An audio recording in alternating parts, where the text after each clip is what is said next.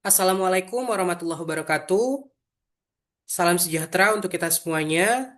Apa kabar untuk rekan-rekan mahasiswa sekalian? Ya, saya rasa kita semua di sini semoga diberikan kesehatan dan kelancaran kita untuk mempelajari materi ini berkaitan dengan manajemen pemasaran, yaitu pada chapter 6 yang berkaitan dengan segmentasi dan targeting, begitu ya. Oleh saya Taufik Hidayat. Nah, sebelum kita masuk ke materi, saya izin untuk memperkenalkan diri. Saya lahir pada tanggal 1 Agustus 2001, berdomisili di Kota Semarang. Untuk pendidikan saya S2 dan S1 Manajemen. Saat ini saya akan melanjutkan pendidikan juga untuk S3 saya. Saya sudah memperoleh Letter of Acceptance juga. Untuk pengalaman mengajar, saya pernah menjadi dosen tamu Universitas Gadjah Mada. Kemudian saya juga menjadi tentor klinik tugas akhir UPT Perpustakaan Universitas Diponegoro. Baik, untuk pada chapter 6 kali ini, beberapa capaian pembelajaran yang akan kita capai. Yang pertama ada mahasiswa mampu menguraikan identifikasi segmen pasar dan pasar sasaran atau segmenting and targeting. Yang kedua, mahasiswa mampu menguraikan berkaitan dengan penyusuran daripada posisi merek. Nah, berkaitan dengan segmentasi pasar, yaitu adalah proses untuk membagi pasar. Kita akan membagi pasar itu menjadi beberapa kelompok pelanggan yang tentunya itu memiliki karakteristik, kebutuhan, ataupun perilaku yang serupa. Nah, kemudian yang kedua ada targeting ataupun pasar sasaran, di mana kita itu memilih satu ataupun lebih segmen. Tadi segmentasi kita sudah lakukan, kita mau pilih nih segmen-segmen tadi ini, itu ya, yang akan dilayani oleh perusahaan. Nah, hal ini berkaitan dengan kapabilitas daripada perusahaan itu mampu atau tidak untuk melayaninya, begitu. Nah, segmentasi pasar ini terdiri dari yang pertama ada proses mengidentifikasikan segmen pasar. Yang pertama ada segmentasi ini berdasarkan konsumen. Nah, tentunya yang pertama ada kita dasarkan kepada variabel-variabel. Yang pertama ada variabel daripada demografis ya. Nah, ini biasanya itu menjadi salah satu model ataupun metode yang paling umum digunakan dalam segmentasi demografis itu sendiri, karena memang mudah diakses. Dan tentunya tadi di segmentasi demografis ini terdiri daripada umur. Nah, ini berkaitan dengan usia anak-anak kah? Anak-anak itu ada yang balita, batita, dan lain sebagainya. Kemudian ada remaja, dewasa, dan lansia. Itu bisa kita kelompokkan berdasarkan umur-umur gitu ya. Kemudian ada jenis kelamin. Nah, jenis kelamin tentunya ini berkaitan dengan pria dan wanita. Pria dan wanita ini tentunya pasti memiliki kebutuhan yang berbeda-beda, preferensi yang berbeda-beda begitu ya.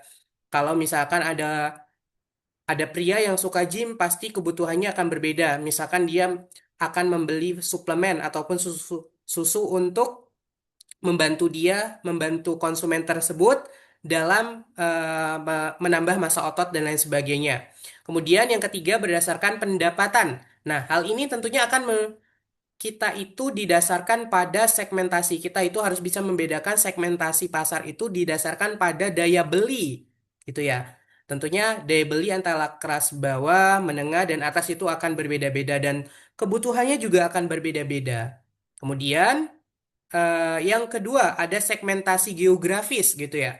Nah, segmentasi geografis ini tentunya kita lihat ya, ini berkaitan dengan wilayah ataupun negara gitu ya. Wilayah atau negara, kota atau daerah, ataupun juga berkaitan dengan iklim ataupun kondisi daripada geografis. Tropis, dingin, kering, apa dataran tinggi, dataran rendah, atau pegunungan begitu. Itu tentunya akan berbeda ya kebutuhan-kebutuhannya. Nah, segmentasi tadi di geografis ini didasarkan pada geo ataupun lokasi fisik daripada pelanggan.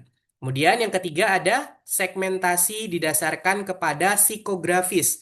Nah, segmentasi adalah pengelompokan. Segmentasi psikografis ini mengelompokkan konsumen ini didasarkan pada karakter-karakter psikologis dan gaya hidup yang tentunya meliputi nilai-nilai pribadi yang dia pegang, seperti agama dan lain sebagainya, atau budaya. Kemudian ada gaya hidup, lifestyle. apakah gaya hidupnya itu didasarkan gaya hidup yang modern seperti itu dan lain sebagainya. Tentunya gaya hidup antara orang Indonesia dengan orang Eropa itu akan berbeda pula. Kemudian ada kepribadian begitu. Kepribadian ini bisa mencakup ekstrovert ataupun introvert. Bagaimana kita bisa ada orang yang suka seperti ini. Ada orang yang suka belajar secara online karena mungkin dia dirinya ada introvert begitu. Atau ada orang yang suka belajarnya itu secara langsung tatap muka. Nah, itu ekstrovert begitu ya. Kemudian ada segmentasi ini didasarkan kepada perilaku ya. Yang keempat ini fokusnya ini didasarkan kepada interaksi konsumen terhadap produk begitu. Nah, ini berkaitan dengan kebiasaan pembelian.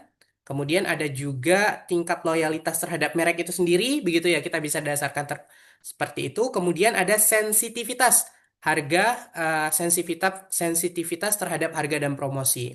Ada orang yang kalau misalkan harganya naik, mungkin akan mengurangi konsumsi, gitu ya. Ini tidak berlaku pada barang-barang pokok ya. Mungkin ada sebagian barang-barang pokok yang berlaku tingkat sensitivitasnya ini. Kemudian ada promosi. Kemudian biasanya kalau ada orang yang promosi-promosi tertentu, kita biasanya akan tergerak untuk membeli, begitu ya. Kemudian tadi di bagian yang kedua ada segmentasi pasar bisnis.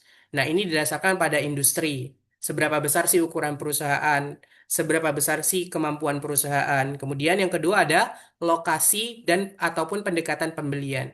Gimana lokasinya? Dekat nggak sama pasar misalkan? Dekat nggak dengan mall? Dekat nggak dengan swalayan dan lain sebagainya? Itu bisa kita lihat gitu ya.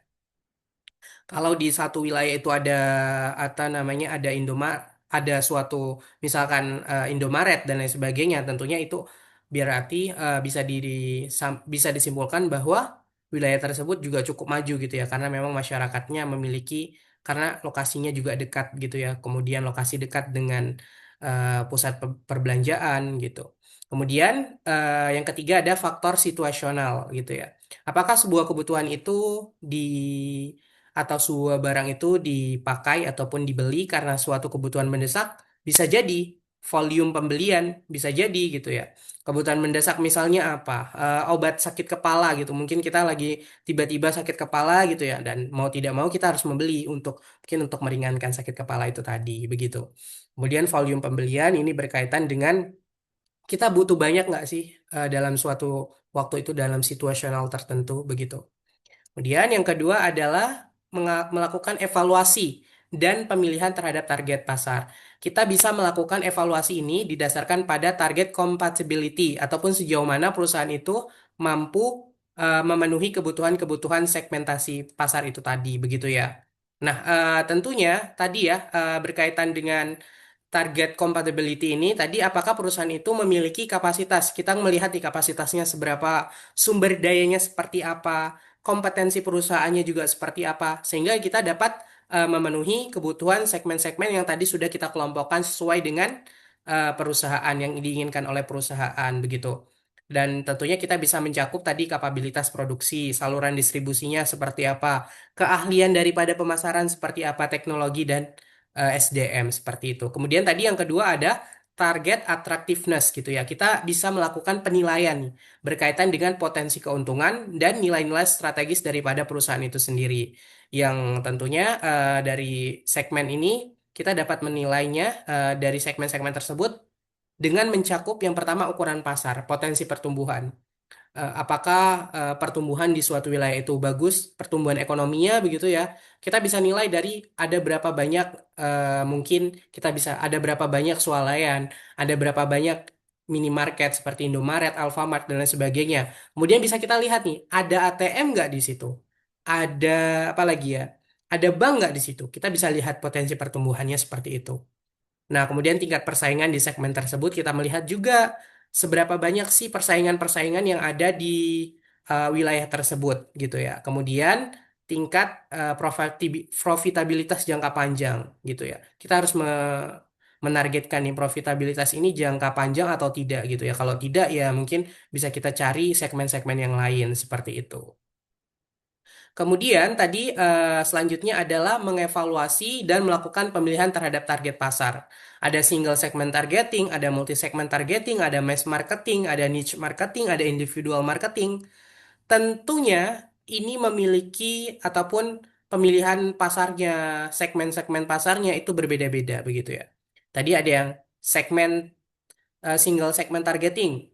Nah, ini didasarkan kepada fokusnya pada satu segmen pasar aja. Strategi ini biasanya cocok ya untuk dilakukan perusahaan kecil ataupun bisnis-bisnis dengan spesialisasi produk. Misalkan ada suatu produk yang spesialisasinya ataupun apa namanya produknya itu sepatu hiking, fokusnya pada pencinta alam, orang-orang yang suka muncak atau hiking ya itu tadi atau dan lain sebagainya. Kemudian ada multi segment targeting. Nah, ini bisa disasarkan kepada beberapa segmen sekaligus dengan strategi yang berbeda untuk masing-masing segmen gitu ya. Seperti Toyota Toyota ya, ada segmen-segmennya, ada untuk yang menengah ada Avanza, untuk kalangan premium ada Alphard dan lain sebagainya. Ada kemudian yang ketiga ada mass marketing. Kita tidak melakukan segmentasi pasar sama sekali gitu ya. Kita mendasarkan produk itu didasarkan pada untuk semua kalangan tanpa penyesuaian gitu ya. Ada sabun mandi. Sabun mandi itu bisa digunakan untuk semua kalangan, semua orang. Kemudian ada yang keempat ada niche marketing gitu ya. Fokusnya pada segmen kecil, namun sangat spesifik dan loyal gitu ya. Artinya pelanggannya loyal begitu ya. Strategi ini cocok untuk bisnis dengan sumber daya yang terbatas. Contohnya apa? Ada brand-brand yang melakukan custom tertentu begitu ya. Biasanya apa yang case HP itu masuk ke dalam niche marketing karena memang sangat spesifik dan loyal begitu ya. Kemudian yang kelima ada individual one-to-one marketing.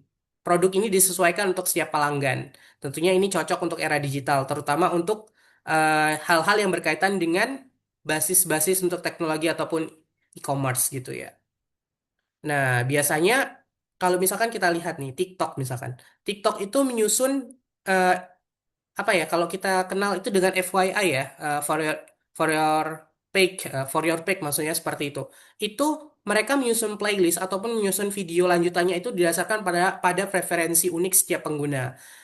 Mungkin untuk FYP antara satu orang dengan orang lainnya itu pasti akan berbeda. Dalam satu waktu yang sama bisa berbeda. Karena memang itu didasarkan pada preferensi. Preferensi itu berkaitan dengan si si individu ini dia suka search apa, suka mencari apa di TikTok misalkan seperti itu dan lain sebagainya, begitu ya. Kemudian materi selanjutnya berkaitan dengan segmentasi pasar dan targeting. Nah, taktik daripada targeting itu sendiri ataupun tactical targeting begitu ya. Oke, sebelum kita lanjut pada materi ini gitu ya, pada materi taktik targeting ini, kira-kira ada pertanyaan dari rekan-rekan mahasiswa? Oke, baik ya, kita lanjut ya. Tujuan dari taktik marketing ini, targeting ini adalah menghubungkan segmen strategis dengan profil daripada pelanggan. Tadi ada segmentasi berdasarkan geografis, demografis, geografis, psikografis, dan perilaku dan lain sebagainya gitu ya. Tentunya ini dihubungkan juga. Digunakan untuk mengomunikasikan dan mendistribusikan produk secara efisien. Agar lebih efisien dan bisa dirasakan ataupun bisa pelanggan itu kita itu dalam marketing itu kita itu harus membuat pelanggan itu butuh gitu ya. Kita membuat pelanggan itu butuh pada suatu waktu ataupun pada waktu yang jangka panjang. Nah, kemudian ada brand positioning, ini berkaitan dengan proses merancang citra ataupun manfaat daripada suatu produk di benak konsumen gitu ya. Sehingga bisa menempati posisi yang berbeda ataupun dan unggul dibandingkan dengan pesaing. Nah, ini kita akan melakukan proses penyusunan posisi daripada merek itu sendiri. Nah, tentunya melakukan positioning ini tentunya ada yang pertama adalah melakukan identifikasi peluang di pasar, gitu ya.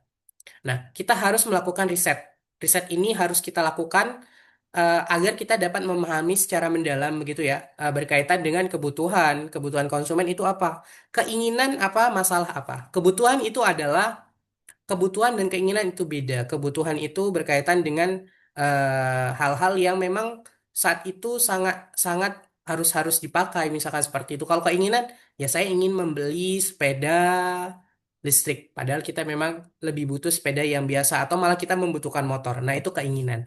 Keinginan itu sesuatu yang em, kalau nggak dipenuhi itu tidak masalah, begitu ya, karena memang ada suatu kebutuhan. Kebutuhan itu biasanya bersifatnya primer, harus diberikan pada saat itu juga, harus didapatkan pada saat itu juga, dan harus berdasarkan pada masalah yang berasal daripada segmen yang ditargetkan. Kita harus mencari risetnya gitu ya. Tadi bisa kita lihat gaya hidupnya apa, kebiasaannya apa, tantangannya apa, tantangan mereka seperti apa, kategori produk yang mereka inginkan itu seperti apa. Kemudian yang kedua adalah tentukan keunggulan kompetitif. Nah, ini kita bisa melihat nih, tentukan apa yang membuat merek kita ini berbeda dan unggul daripada kompetitor. Dari segi kualitas, kita oke nggak? Dari segi harga, kalau harga mungkin lebih tinggi, kalau kualitasnya juga bagus. Harga harus setara dengan kualitas, seperti itu ya. Desainnya unik, biasanya untuk produk-produk custom gitu ya. Atau produk-produk anak-anak itu harus yang unik gitu ya. Kemudian pengalaman pelanggan, kita harus melihat juga pengalaman pelanggan terhadap produk gitu ya. Apakah pelanggan pernah menggunakan suatu produk, namun dia mengalami masalah pada, misalkan produk skincare, apakah kalau dipakai mereka pernah mengalami masalah eh, akibat penggunaan skincare dan lain sebagainya, itu bisa kita lihat begitu. Kemudian yang ketiga, memformulasikan value proposition. Nah, kita bisa merumuskan nilai utama yang ditawarkan kepada pelanggan dengan mencakup yang pertama adalah functional benefit, manfaat logis ataupun praktisnya itu seperti apa. Kemudian ada emotional benefit. Ini berkaitan dengan perasaan ataupun pengalaman emosional dari penggunaan suatu produk gitu ya. Kemudian adalah self-expressive benefit, cerminan identitas ataupun gaya hidup daripada pelanggan gitu ya. Nah, dari formulasi value proposition ini kemudian kita rumuskan dari brand positioning statement itu. Kita bisa menggunakan formula target seperti acuan untuk segmen target merek dan lain sebagainya, bisa kita lihat di sini ya segmennya. Misalkan gini, untuk para profesional muda urban gitu ya, kopi kenangan adalah minuman kopi lokal yang berkualitas yang menghadirkan cita rasa premium dengan harga terjangkau. Karena bisa kita lihat di sekarang tuh di setiap daerah ada kopi kenangan gitu ya. Ada kios-kios kopi kenangan ataupun stand-standnya sekarang juga sudah ada. Karena dibuat dengan biji kopi terbaik di Indonesia. Nah, selanjutnya apa nih? Kita berkaitan dengan brand positioning. Yang pertama adalah strategi positioning gitu ya. Nanti kalau rekan-rekan mahasiswa ada yang ingin ditanyakan bisa langsung open mic saja, tidak perlu raise hand gitu ya, karena ini sekalian kita untuk sekalian belajar gitu. Langsung saja nanti permisi Bapak, seperti itu bisa langsung seperti itu ya. Kemudian B, strategi positioning. Kita lanjut. Biasanya ini yang pertama adalah based on attribute ataupun benefits. Kita bisa melakukan ataupun menonjolkan pada fitur-fitur ataupun manfaat daripada suatu produk. Misalkan Pepsodent gitu ya. Pepsodent itu pasta gigi dengan perlindungan menyeluruh, bisa memutihkan, bisa apa lagi ya, menyegarkan nafas dan lain sebagainya. Kemudian ada against competitor. Gitu ya. Kita bisa melakukan memposisikan merek kita sebagai alternatif yang lebih baik dari daripada pesaing gitu ya. Nah, contohnya nih, produk-produk Apple gitu ya, memposisikan iPhone ini sebagai smartphone yang lebih premium. Dan tentunya mereka membranding iPhone ini lebih aman daripada Android gitu ya. Kemudian yang ketiga adalah user positioning. Kita harus memfokuskan kepada siapa penggunaan produk tersebut. Misalkan begini, kita melihat ada suatu produk namanya Wardah gitu ya. Wardah apa? Halal, kosmetik halal. Kita mengklaimnya itu, kita bisa lihat ataupun bahwa Wardah ini brandingnya kosmetik halal untuk wanita muslim modern gitu ya. Walaupun memang sebenarnya tidak hanya untuk digunakan wanita muslim, bisa semua kalangan gitu ya. Kemudian yang keempat ada use occasion gitu ya. Kita bisa menekankan pada kapan ataupun dalam situasi apa itu suatu produk itu digunakan gitu ya. Contohnya apa? Pocari Sweat ganti ion saat aktivitas. Kemarin waktu puasa kemarin Pocari Sweat ini kan brandingnya tuh bagus sekali gitu ya. Gambar kaktus atau apa namanya? Bukan gambar kaktus ya. Karakter kaktus gitu ya. Ganti cairan tubuh yang hilang karena memang kalau kaktus ini kan terkenal dengan hewan atau tumbuhan. Maksud saya tumbuhan yang kuat gitu ya di padang pasir seperti itu. Kemudian yang kelima adalah kategori base positioning gitu ya. Mengaitkan produk dengan kategori ataupun kelas tertentu gitu. Aqua atau Aqua biasanya ya seperti itu. Air minum dalam kemasan yang terpercaya. Misalkan ada Aqua untuk kelas-kelas tertentu ada mineral itu biasanya lebih murah lah daripada Aqua dan lain sebagainya. Kemudian kita akan mempelajari berkaitan dengan. Oke, sepertinya sudah ya untuk materi kita pada hari ini gitu ya. Dan teman-teman semuanya atau rekan-rekan mahasiswa semuanya bisa membaca Marketing Management edisi ke-15 dari Global Edition dari Kotler dan Keller. Kita bisa membacanya dari sini untuk referensinya. Nah, oke. Demikian untuk materi kita. Silakan untuk rekan-rekan mahasiswa apabila ada yang ingin ditanyakan gitu, dipersilakan. Baik ya, untuk chapter 7 nanti kita akan lanjutkan ya untuk materi kita selanjutnya gitu ya. Nanti bisa kita bahas untuk minggu depan. Tadi kita sudah berkaitan dengan segmentasi dan targeting gitu ya. Kemudian sudah ada pemposisian merek gitu ya. Nanti untuk materi selanjutnya bisa kita lanjutkan begitu. Silakan rekan-rekan mahasiswa ada yang ingin ditanyakan. Ya, baik. Demikian, apabila tidak ada pertanyaan, mohon maaf apabila terdapat kekurangan pada sesi kita kali ini gitu ya. Semoga kita pada pertemuan depan kita bisa bertemu kembali dan akan membahas hal-hal yang lebih baru lagi. Begitu ya. Dan saya minta juga untuk mahasiswa untuk bisa membaca membaca tadi ya berkaitan dengan materi sebelumnya ini yang tadi sudah kita bahas begitu pada buku yang sudah saya lampirkan tadi oleh Philip dan Kotler begitu. Karena mungkin minggu depan kita akan ada kuis begitu ya sehingga saya rasa rekan-rekan mahasiswa bisa mempersiapkan dirinya begitu. Baik, saya kabarkan demikian ya. Tadi kabar kita untuk apa tadi namanya kuis ya minggu depan. Itu ya bisa prepare itu ya. Insya Allah soalnya nggak susah-susah kok ya. Begitu ya mahasiswa, rekan-rekan mahasiswa. Baik, kita tutup. Selamat demikian, selamat melanjutkan aktivitas. Wassalamualaikum warahmatullahi wabarakatuh. Semoga sehat selalu ya. Baik.